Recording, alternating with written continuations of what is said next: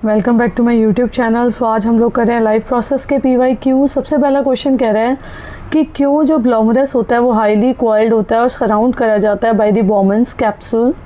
तो इसका basically reason होता है कि जो ग्लोमेरुलस होता है वो हाईली कॉइल्ड और सराउंड किया जाता है, ठीक है, to optimise the process of the ultra filtration. ठीक है, अल्ट्रा फिल्ट्रेशन को बढ़ाने के लिए होता है ये सारी की सारी चीज़ें।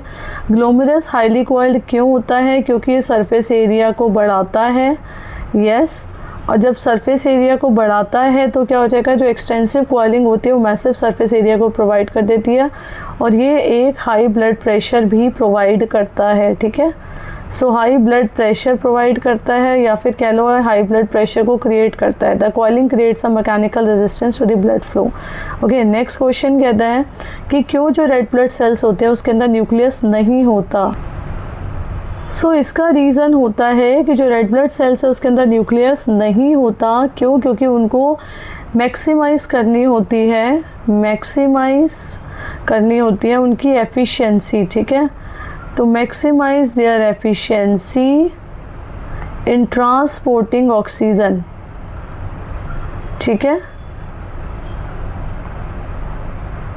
यस। सो क्योंकि जो इमेच्योर आरबीसी होते हैं उसके अंदर न्यूक्लियस नहीं होता when they are first produce in the bone marrow, so they actively eject it during the maturation process that is known as the enucleation. Okay, and this evolutionary adaptation provides several structural and functional benefits. So क्या advantage है कि अगर nucleus नहीं होगा, एक तो ज़्यादा से ज़्यादा जगह मिलेगी हीमोग्लोबिन के लिए, दूसरा है कि जो बाइकॉनकेव शेप है ऑप्टिमाइजेशन हो जाएगा, ठीक है, और तीसरा है कि एक्सट्रीम फ्लेक्सिबिलिटी हो जाएगी। ठीक है, नेक्स्ट क्वेश्चन क्या कहता है? नेक्स्ट क्वेश्चन कहता है कि जो ट्रांसपीरेशन है वो यूजली डे टाइम के दौरान क्यों हाई होता है। ट्रांसपीरेशन जो होता है वो यूजली हाई हो जाता है डे टाइम में क्योंकि जो स्टोमेटा होते हैं वो ओपन रहते हैं, ठीक है, in the response to this sunlight to allow the carbon dioxide. Okay, और इसके क्या क्या फैक्टर्स है? एक तो स्टोमेटल ओपनिंग, ठीक है, क्या क्या फैक्टर्स होते हैं जो कि डे टाइम में होते हैं? एक तो स्टोमेटल ओपनिंग हो जाती है सुबह के टाइम, ठीक है, और दूसरा है हाइयर टेम्परेचर रहता है, ठीक है, और तीसरा है कि ह्यूमिडिटी कम होती है, यस, डे टाइम की जो एयर होती है वो होल्ड करती है ज़्यादा मॉइस्चर, और तीसरा है कि विंड और एयर की मूवमेंट हो रही होती है।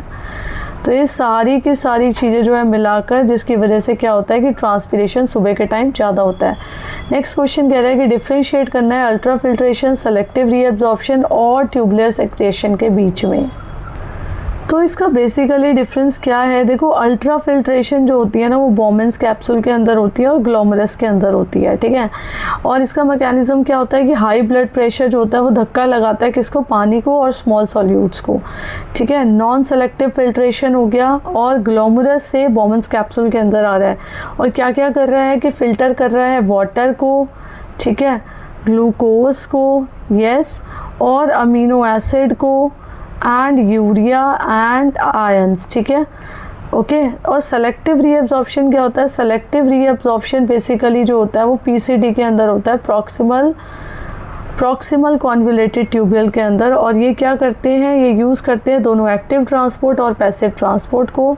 हाईली सेलेक्टिव होता है यूजफुल सब्सटेंसेस के लिए and from the nephron filtrate back into the surrounding peritubular capillaries, ठीक है। तो ये सेलेक्टिव रीअब्जॉर्प्शन हो गया। और ट्यूबुलर सिक्रीशन क्या होता है जो कि DCT के अंदर होता है, डिस्टल कॉन्वोल्यूटेड ट्यूब्यूल के अंदर या फिर कलेक्टिंग डक्ट के अंदर। Active and passive transport of the specific waste products and selective removal of the specific ions and toxin to maintain the blood homeostasis, okay, and movement is like from the peritubular capillaries directly into the nephron। और कौन कौन से substance होते हैं tubular secretion के अंदर? That would be H+ और potassium ion, hydrogen ion और ammonia and drugs, okay. Next question कहता है क्या एक्सप्लेन करना है why the kidneys receive a large blood supply. So kidneys को क्यों बहुत ही ज़्यादा हाई ब्लड सप्लाई रिसीव करती है? सो किडनीज जो होती है वो लार्ज ब्लड सप्लाई जो होती है वो रिसीव करती है ड्यू टू, क्यों? क्योंकि फिल्ट्रेशन के कारण और रेगुलेशन के कारण, ठीक है।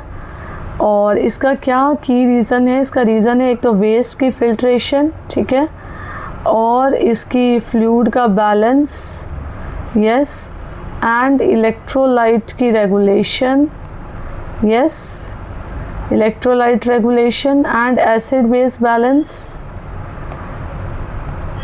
ओके, एंड कांस्टेंट मॉनिटरिंग, ठीक है। तो इस पर क्या होता है कि किडनी जो होती है वो बहुत ही ज़्यादा लार्ज ब्लड सप्लाई को करती है। एक तो सबसे पहला वेस्ट फिल्ट्रेशन है कि अगर हम कॉन्टीन्यूसली रिमूवल होता रहेगा मेटाबॉलिक वेस्ट प्रोडक्ट्स का, टॉक्सिन्स का, ठीक है। और फ्लूइड का बैलेंस है कि अगर रेगुलेशन होगा total volume of the water in the body to maintain the proper blood pressure. Electrolyte regulation, precise balancing हो जाएंगी एसेंशियल आयंस की। Acid base balance like the maintenance of the body pH का level by excreting hydrogen ions. And constant monitoring is like the rapid processing of the entire blood volume, okay. Next question is, so next is like why do muscle cells जो होती है वो anaerobic respiration को perform करती हैं। सो muscle cells जो होती है वो एनारोबिक रेस्पिरेशन को परफॉर्म करती हैं due to the demand of energy, okay, ATP के कारण, यस। एंड कोर प्रॉब्लम क्या होती है इसके अंदर, हाई डिमांड, जब हम ज़्यादा एक्सरसाइज करते हैं तो मसल सेल्स को कॉन्ट्रैक्ट कर देती है, एनर्जी का rush, okay, and the rapid contraction require a massive immediate supply of the energy और लैगिंग सप्लाई, कि अगर सप्लाई की कमी हो जाती है, ठीक है। सो रेस्पिरेटरी एंड सर्कुलेटरी सिस्टम जो होता है वो नहीं डिलीवर कर सकता ऑक्सीजन को to the muscle fast enough, okay. Next question है, what would happen if the walls in the vein stop functioning. तो अगर जो वॉल्स है वेन्स के अंदर वो फंक्शन करना स्टॉप कर देंगी तो इसके मेन कॉन्सिक्वेंसेस क्या हो जाएंगे, ब्लड का बैक फ्लो हो जाएगा, ठीक है। और दूसरा है कि प्रेशर बढ़ जाएगा, ठीक है। और तीसरा है कि वेरिकोज वेन बनने शुरू हो जाएंगे, यस, स्वेलिंग आनी शुरू हो जाएगी और जो है वो पुअर सर्कुलेशन हो जाएगा। तो ब्लड बैक फ्लो मतलब वॉल जो होती है नॉर्मली प्रिवेंट करती है बैक फ्लो, ठीक है। इंक्रीज प्रेशर, अगर पुलिंग ब्लड जो होगा वो प्रेशर को बढ़ा देगा वेन्स में। वेरिकोज वेन्स बननी शुरू हो जाएंगी, वेन्स जो है वो इनलार्ज होनी शुरू हो जाएंगी, ट्विस्ट होनी शुरू हो जाएंगी, स्वेलिंग आ जाएगी, फ्लूइड लीक कर जाएगा, लेग और एंकल के अंदर स्वेलिंग आनी शुरू हो जाएगी, ठीक है। और पुअर सर्कुलेशन हो जाएगा, ऑक्सीजन पुअर ब्लड जो होता है वो स्ट्रगल करता है हार्ट तक पहुँचने के लिए, ठीक है। नेक्स्ट क्वेश्चन कह रहा है, why the concentration of the carbon dioxide affect the rate of the breathing more than oxygen. So जो कार्बन डाइऑक्साइड है वो इफेक्ट करता है रेट ऑफ द ब्रीदिंग को ज़्यादा, क्यों, क्योंकि जो ब्रेन के रेस्पिरेटरी सेंटर है वो हाईली सेंसिटिव होता है to the changes in the blood pH, okay. So सबसे पहला है कि chemical trigger CO2 and pH, carbon dioxide react with water. जब CO2 राइज करेगा ब्लड के अंदर तो वो कार्बोनिक एसिड बना लेगा, ब्लड ज़्यादा एसिडिक हो जाएगा, ठीक है। और पीएच जो हो जाएगा वो धीरे धीरे गिरना शुरू हो जाएगा, जैसे हम H+ आयन को बढ़ाएंगे सो वो पीएच को कम कर देगा, ठीक है। और इसका रीज़न क्या होता है, सेंट्रल कीमो रिसेप्टर जो भी हमारे मेडुला ओब्लांगेटा के अंदर ब्रेन में होते हैं, ये सेंसर्स क्या करते हैं, एक्सट्रीमली सेंसिटिव होते हैं to even tiny drops in the pH, ठीक है।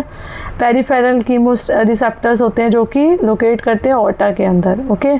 सो बेसिकली ऑक्सीजन जो है वो क्यों, ऑक्सीजन का इसमें क्वेश्चन में कह रहे हैं कि why does the concentration of the carbon dioxide affect करेगा रेट ऑफ द ब्रीदिंग को, क्यों, क्योंकि ऑक्सीजन जो है वो यूजली अबेंडेंट है, ठीक है। अगर नॉर्मल कंडीशन में हमारी आर्ट्रियल ब्लड जो होता है वो यूजली सैचुरेट करती है ऑक्सीजन से, यस। और एक इमरजेंसी बैक फ्लो, ठीक है, ओके, एमरजेंसी बैकअप के लिए जो बॉडी है उसको सिर्फ और सिर्फ कम ही ऑक्सीजन का लेवल चाहिए as a primary trigger.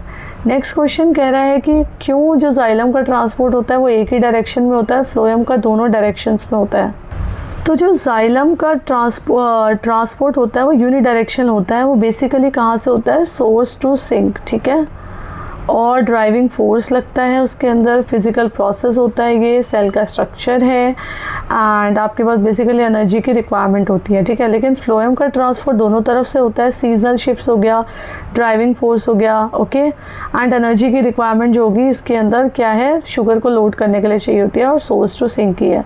So basically xylem का ट्रांसपोर्ट स्ट्रिक्टली यूनिडायरेक्शनल है क्योंकि वो वाटर को मूव करता है और मिनरल को मूव करता है रूट टू लीव, ठीक है, फिजिकल फोर्सेस में। लेकिन फ्लोएम का ट्रांसपोर्ट बाई डायरेक्शनल है क्योंकि वो डिस्ट्रीब्यूट कर देता है ऑर्गेनिक न्यूट्रिएंट्स को from the food sources to the various growing और द स्टोरेज पार्ट, ठीक है। नेक्स्ट क्वेश्चन कह रहा है कि क्यों जो डिफ्यूज़न है वो अकेला इनसफिशिएंट है ऑक्सीजन की रिक्वायरमेंट के लिए, ठीक है। सो बेसिकली डिफ्यूज़न जो है वो बहुत ज़्यादा स्लो हो जाता है to move oxygen across a large distance, ठीक है। डिफ्यूज़न जो होता है वो फेल हो जाता है मल्टीसेलुलर ऑर्गेनिज्म के अंदर। एक तो सबसे बड़ी बात है कि लार्ज डिस्टेंस के कारण, ठीक है, सरफेस टू वॉल्यूम रेशियो के कारण, लार्ज ऑर्गेनिज्म का बहुत ही ज़्यादा स्मॉल सरफेस एरिया होता है, और सेल आइसोलेशन के कारण एंड एक्सट्रीम स्लोनेस के कारण, ठीक है। तो जैसे कैसे कॉम्प्लेक्स ऑर्गेनिज्म इसे सॉल्व करते हैं। रेस्पिरेटरी सिस्टम, एक तो स्पेशलाइज ऑर्गन होता है उनके पास, ठीक है, जैसे कि लंग्स हो गया, गिल्स हो गया, उसके सरफेस एरिया को बढ़ाने के लिए, और एक सर्कुलेटरी सिस्टम होता है, ठीक है। सो सर्कुलेटरी सिस्टम मतलब हार्ट और ब्लड वेसल एक्टिवली पंप कर देते हैं ऑक्सीजनेटेड ब्लड को, ठीक है। ये वीडियो समझ में आ गई है तो लाइक ज़रूर करना है, शेयर करना है अपने फ्रेंड्स के साथ, एंड मेरे चैनल को सब्सक्राइब कर लो जिससे कि आपको पता चलते रहे बहुत सारे PYQs, ठीक है। मिलते हैं नेक्स्ट वीडियो में, बाय।